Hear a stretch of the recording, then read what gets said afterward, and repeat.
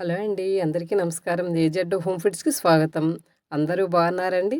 నేను కూడా చాలా బాగున్నానండి. ఇవాళ ఎంతో గుమగుమలాడే మందీ రెడీ చేసుకుందామండి. ఎంతో రుచిగా ఉంటుంది కదండీ! ఎలా తయారు చేసుకోవాలో చూద్దాం రండి. ముందుగా చికెన్ తీసుకొని నేనైతే కేజీ తీసుకొచ్చానండి. కానీ ఇందులో హాఫ్ కేజీ వండుతానండి. హాఫ్ కేజీ ఫ్రిడ్జ్‌లో పెట్టేసుకుందాం. హాఫ్ కేజీ శుభ్రంగా క్లీన్ చేసేసుకొని చూసారా ఎంత ఫ్రెష్‌గా ఉందో చికెను. దీనికి ఒక చాకు తీసుకొని శుభ్రంగా క్లీన్ చేసేసాం కదా! దీనికి నాట్లు పెట్టుకోవాలి. నాట్లు పెట్టుకుంటే మనకు చికెను ఫ్రై అయ్యేటప్పుడు కానీ, మనం మసాలా కానీ చక్కగా పట్టి ఉంటదండి. అందుకని మనం మధ్యలో నాట్లు పెట్టుకోవాలి. అందులో పెద్ద లెగ్స్ కదండీ ఇవి. మనం నాట్లు ఎక్కువ పెట్టుకుంటే త్వరగా ఫ్రై అయిపోద్ది. ఇలాగే 2 చికెన్ లెగ్స్ కూడా చేసుకోవాలి. పిల్లలు బయటికి వెళ్ళకంట మనం ఇలాగ ఇంట్లోనే చేసి పెడుతున్నామనుకోండి, వాళ్ళకి బయటికి వెళ్ళి తినాలి అన్న ధ్యాసే రాదండి. అందుకని మనం కొంచెం ఓపిక చేసుకొని, మన పిల్లల కోసం ఇలా ఇంట్లోనే ఫ్రెష్‌గా తాజాగా చేసి పెడదామండి. ఇగోండి మొత్తం అంతా ఇలా చేసుకున్నాం కదా!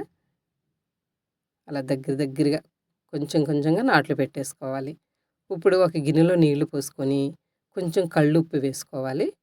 వేసుకొని ఇలా కరిగేదాకా ఒకసారి ఇలా చేత్తో అనేస్తే ఊరినే కరిగిపోద్ది కదండీ వాటర్‌లో ఉప్పు. అలా కరిగిన తర్వాత మనం నాట్లు పెట్టుకున్న లెగ్స్ 2 ఇందులో వేసుకుందాం. ఎందుకంటే అండి ఉప్పు నీళ్ళలో వేసామనుకో చికెను చాలా స్మూత్‌గా వస్తదండి. ఇలా ఉప్పు నీళ్ళలో ఒక 10 నిమిషాలు ఉంచితే సరిపోతుంది. మూత పెట్టేసుకొని పక్కన పెట్టేసుకుందాం 10 నిమిషాలు. ఇప్పుడు మందీ మసాలా చేసుకుందాం. ఎలా తయారు చేయాలో చూద్దాం.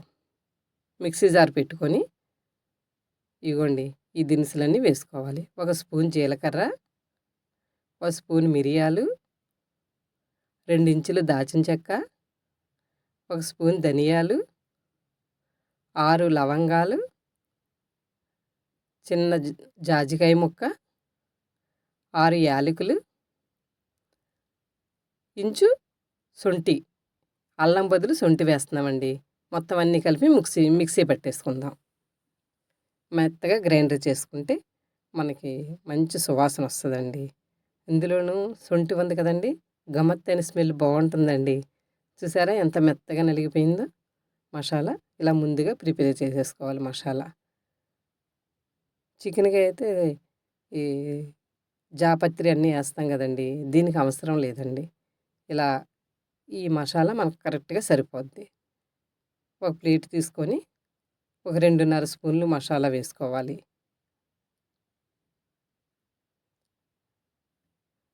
ఈ మసాలానే చక్కని స్మెల్ వస్తుంటే మనకు నోరు ఊరుతూ ఉంటదండి. ఒక స్పూన్ కారం, రుచికి సరిపడగా ఉప్పు, చాట్ మసాలా ఒక స్పూను, నిమ్మరసం ఒక కాయ. ఇది 2 కాయల రసం అండి. నేను సగం ఏస్తున్నాను అందులో కాయ. 2, 3 స్పూన్లు ఆయిల్ వేసుకొని ఇది మొత్తం కలిసే వరకు చక్కగా కలిపేసుకుందాం.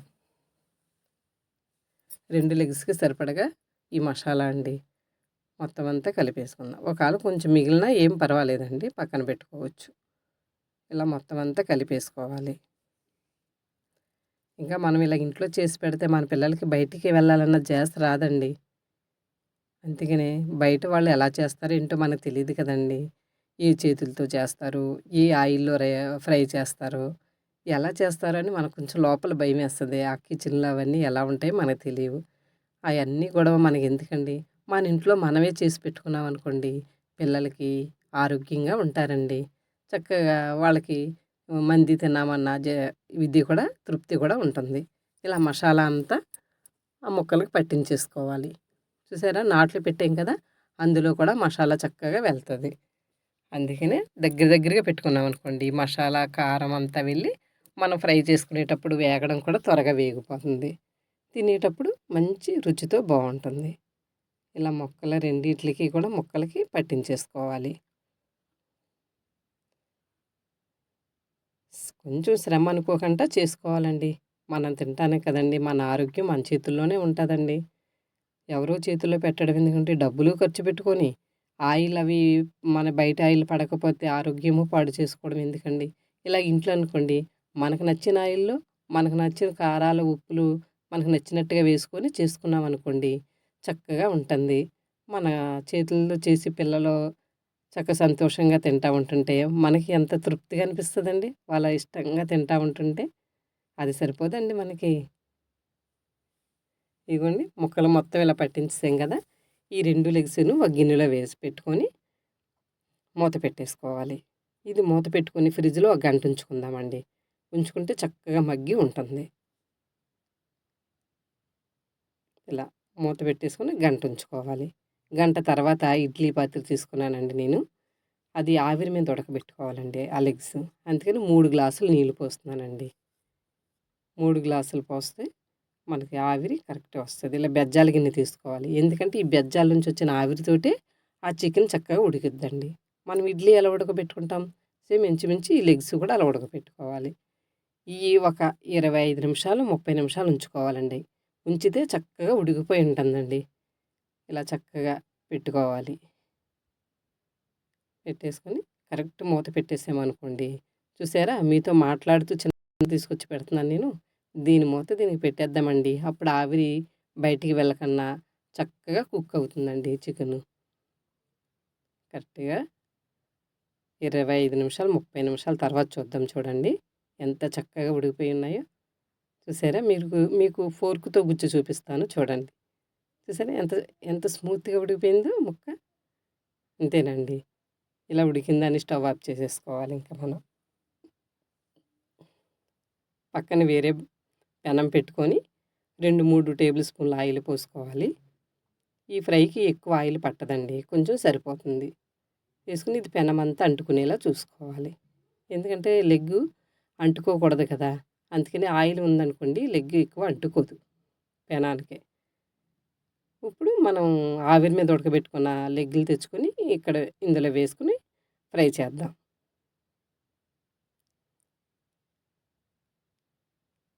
ఇది అసలు చాలా రుచిగా ఉంటదండి. ఒక లెగ్ ఇచ్చామంటే పిల్లలకి ఎంత సంతోషంగా, ఎంత ఆనందపడిపోతారండి చిన్న పిల్లలకి. ఇలా మూత పెట్టుకొని కొంచెం కొంచెంగా వేపుకోవాలి. మధ్య మధ్యలో చూసుకుంటూ ఉండాలి మాడిపోకన్నా. ఇదిగోండి ఒకవైపు ఫ్రై అయిపోయింది. రెండో వైపు తిరగేస్తున్నాను. అలాగని ఇది లెగ్ కూడా తిరగవేద్దాం. ఎందుకంటే ఇది స్పీడ్‌గా చేయకూడదండి. ఆల్రెడీ ఉడికి ఉంది కాబట్టి విడిపోయే ఛాన్స్ ఉంది. విడకన్నా ఇలాగ లెగ్ పలంగా ఉంటేనే కదండీ పిల్లలకి సరదాగా పెట్టగలుగుతాం. ఇలా జాగ్రత్తగా తిరగేసుకుంటే లెగ్ అటువైపున కూడా ఫ్రై అయిపోద్ది. త్వరగానే ఫ్రై అయిపోతాయండి. ఆల్రెడీ ఉడికున్నది కదా! ఎక్కువ టైం తీసుకోదు మనకి. అందుకని మూత పెట్టేసుకుంటే అంతే అండి అయిపోయింది. స్టవ్ కట్టేసుకొని మూత పెట్టేసుకుందాం. ఇలా ఫ్రై అయిపోయిన ముక్కలు పక్కన పెట్టుకొని, వేరే బాండీ పెట్టుకొని 2 టేబుల్ స్పూన్లు నెయ్యి వేసానండి. బాదం పప్పు, జీడిపప్పులు వేసి వేపుతున్నానండి. ఇలా గోల్డ్ కలర్ వచ్చే వరకు వేపుకోవాలి. కిస్మిస్‌లు కూడా పడ్డాయండి. త్వరగా వేగిపోతాయి కదా! అందుకని నేను తర్వాత ఏపుదాంలే ముందు డ్రై ఫ్రూట్స్ వేసి ఏపేస్తున్నాను. ఇవి వేగిన తర్వాత తీసి పక్కన పెట్టుకోవాలి.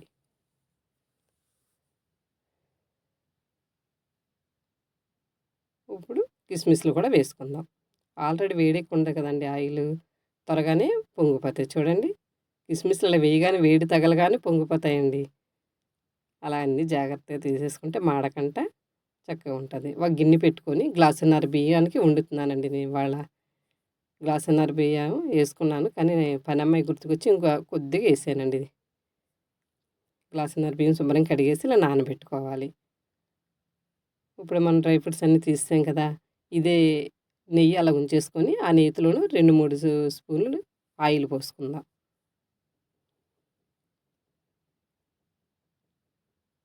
ఇలా ఆయిల్ పోసేసుకొని, మనం మసాలా దినుసులు తీసుకున్నామండి. చెక్క, లవంగాలు, యాలకులు, అనాస పువ్వు, జాపత్రి, సాజీర, మరాఠీ మొగ్గ వేసుకొని చక్కగా వేపుకోవాలి. ఇది వేగగానే మనకు ఒక రకము మంచి స్మెల్ వస్తదండి. అప్పుడు మనం ఒక ఉల్లిపాయ, 2 పచ్చిమిర్చి కట్ చేసుకొని ఉంచుకున్నాను కదా! అవి కూడా వేసుకుందాం. గ్లాసున్నర బియ్యమే కాబట్టి ఒక ఉల్లిపాయ సరిపోతుందండి. ఉల్లిపాయలు కూడా వేసుకొని, ఉల్లిపాయ పచ్చిదనం పోయే వరకు వేపేసుకుందాం. దేనికన్నా వేగడంలో కూడా రుచిగా ఉంటాయండి. సగ్గింది కదా! వేసేసుకొని అది కూడా వేపేసుకుందాము. ఇలా చక్కగా వేపేసుకున్నాం అనుకోండి, చక్కగా పచ్చిమంతా పోతుంది.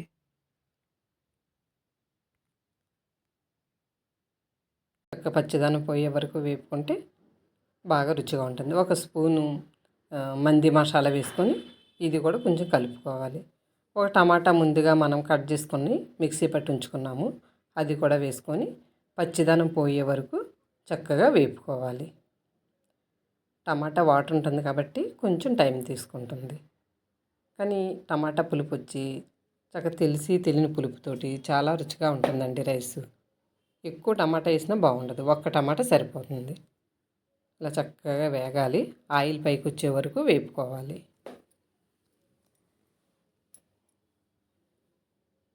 మనం తక్కువ ఖర్చుతోటే ఎక్కువ రుచి అండి మంది.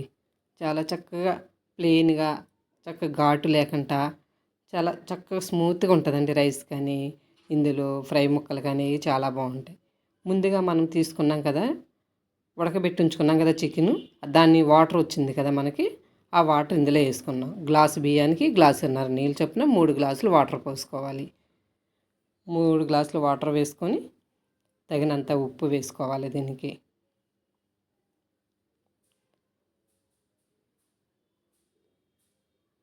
ఉప్పు కరెక్ట్గా ఉంటేనే మనకు రుచి చక్కగా బాగా వస్తుంది. ఇలా మనం చక్కగా ఇంట్లో రకరకాలుగా చేసి పెట్టుకున్నాం అనుకోండి, పిల్లలకి ఎంత ముందు మనకే హ్యాపీగా ఉంటుందండి పిల్లలకన్నా కూడా. ఎందుకంటే వాళ్ళు తినేటప్పుడు వాళ్ళని చూస్తుంటే మనకు సరదాగా అనిపిస్తూ ఉంటుందండి. ఉప్పు సరిపోయిందో లేదో ఒకసారి చూసుకుందాం. ఉప్పు కొద్ది సరిపోదు అనిపించిందండి, సరిపోలేదు, ఇంకొంచెం వేసుకుందాం ఉప్పు. ఎందుకంటే ఉప్పు లేని కూర ఒప్పదు రుచులకు కదండి, మన పెద్దవాళ్ళు చెప్పారు కదా. ఉప్పు లేకపోతే అది మనం ఎంత చక్కగా చేసినా సరే రుచి అంటూ బయటికి రాదు. అందుకని ఉప్పు ఎప్పుడు కరెక్ట్గా వేసుకోవాలండి. ఉప్పే రుచిని బాగా తీసుకొస్తుంది. ఇలా ఉప్పు వేసాం కదా, నీళ్ళు మరిగేటప్పుడు మనం ఈలోపు బియ్యం కడిగి పెట్టుకున్నాం కదా, అవి వడగట్టుకొని ఉంచుకుందాం. ఈలోపు ఎసరు చక్కగా మరిగిపోతుంది. ఎసరు మరిగిందో లేదో ఒకసారి చూసేసుకున్నాం అనుకోండి, చక్కగా బియ్యం పోసేసుకోవడమే. ఎసరు చక్కగా చూసారా ఎలా మరుగుతుందో. ఇలా మరిగే టైంలో వడకట్టుకున్న బియ్యం తెచ్చి ఇందులో వేసుకోవాలి. వేసుకొని చక్కగా బాగా నానియండి బియ్యం. స్మూత్గా కలపాలి, లేకపోతే గింజలు ఇరిగిపోయే ఛాన్స్ ఎక్కువ ఉంటుంది కాబట్టి చిన్నగా కలుపుకోవాలి. బియ్యం వేసిన తర్వాత వేసి మొత్తం అంతా ఒకసారి నెమ్మదిగా అలా కలుపుకొని బియ్యం అంతా వాటర్లో ములిగేలా కలిపేసుకోవాలి. అది కూడా స్లోగా ఒకే లెవెల్లో కలుపుకోవాలి. ఇలా కలుపుకున్న తర్వాత మూత పెట్టేసుకుందాం. ఇంకా దీనికి పుదీనా ఏమి వేయక్కర్లేదండి, చక్కగా అలా చేసుకుంటేనే చాలా ప్లెయిన్గా ఉంటుంది. సరే దగ్గరికి వచ్చేసింది కదా, ఈ టైంలో ఒక్కసారి నెమ్మదిగా కలుపుకుందామండి. వాటర్ ఎంత ఉందో తెలుస్తుంది కాబట్టి నెమ్మదిగా విరక్కన్నా జాగ్రత్తగా కలుపుకోవాలి. ఇలా కలుపుకోవడం వల్ల మసాలాలు కూడా ఒకే పక్కకి లేకుండా మొత్తం అంతా కలుస్తుంది. ఇలా కలుపుకొని సమానంగా చేసుకొని మనం ఫ్రై చేసుకొని ఉంచుకున్నాం కదా చికెన్ లెగ్స్, అవి కూడా దీని మీద జాగ్రత్తగా పెట్టేసుకుందాం. అలా జాగ్రత్తగా పెట్టేసుకొని మనకు కొంచెం గ్యాప్ కావాలండి, ఇంకొంచెం వెడల్పుగా ఉంటే మూతి చక్కగా మనకి ఇలాంటి మంది రైస్కి బాగుంటుంది. నాకు కొంచెం ఇరికైందండి, సరిపోద్దులే అనుకున్నాను. కొద్దిగా పెద్ద గిన్నె ఉంది కానీ ఇది సరిపోద్దులే అనిపించి ఇదే పెట్టాను, కానీ కొంచెం చిన్నగా అయినట్టు అనిపిస్తుంది. అలా కరెక్ట్గా సరిపోయిందండి. ఇలా కొంచెం గ్యాప్ చేసుకొని ఇక్కడ ఒక చిన్న గిన్నె పెట్టుకుందాం. ఈ గిన్నె ఎందుకు అనుకుంటున్నారా, ఇదేనండి అసలైన సువాసన వచ్చి మనకు మంది స్మెల్ వచ్చేదండి. నేను ఆల్రెడీ బొగ్గులు ఎర్రగా కాల్చి ఉంచుకున్నానండి పక్క స్టవ్ మీద. చూసారా, ఆ బొగ్గులు పెట్టుకున్నాం అనుకోండి, పెట్టి కొద్దిగా ఆయిల్ పోయాలన్నమాట దీని మీద. ఇలా వేసుకొని ముందు మనం ఫ్రై చేసి ఉంచుకున్నాం కదా డ్రై ఫ్రూట్స్ అన్నీ చక్కగా ఇలా వేసుకోవాలి. ఈ మధ్య మధ్యలో కిస్మిస్లు, జీడిపప్పులు, బాదం పప్పులు తగులుతుంటే అండి రైస్ తినేటప్పుడు అసలు చాలా రుచిగా ఉంటుందండి. ఆ తర్వాత చిన్న చికెన్ పీస్ తీసుకోండి, అప్పుడు మీకు అనిపిస్తుంది మంది అంటే మంది. చాలా బాగుంటుందండి. ఇలా ఆవిరి వెళ్ళకుండా కరెక్ట్గా మూత పెట్టేసుకొని ఒక 5 నిమిషాలు అలా ఉంచామనుకోండి చక్కగా మగ్గిపోద్దండి. చూసారా బొగ్గు అది పొగ పట్టేసి మనకి కట్టెల పొయ్యి మీద చేసుకుంటే ఎలా ఉంటుంది అలా ఉంటుందండి. మీరు కూడా ఇలా ట్రై చేసుకొని మీ ఇంట్లో వాళ్ళందరికీ పెట్టి మీరు కూడా తినండి. తిని ఎలా ఉందో నాకు కామెంట్ బాక్స్లో తెలపండి. లైక్ చేయండి, షేర్ చేయండి, సబ్స్క్రైబ్ అవ్వండి. మర్చిపోకండి.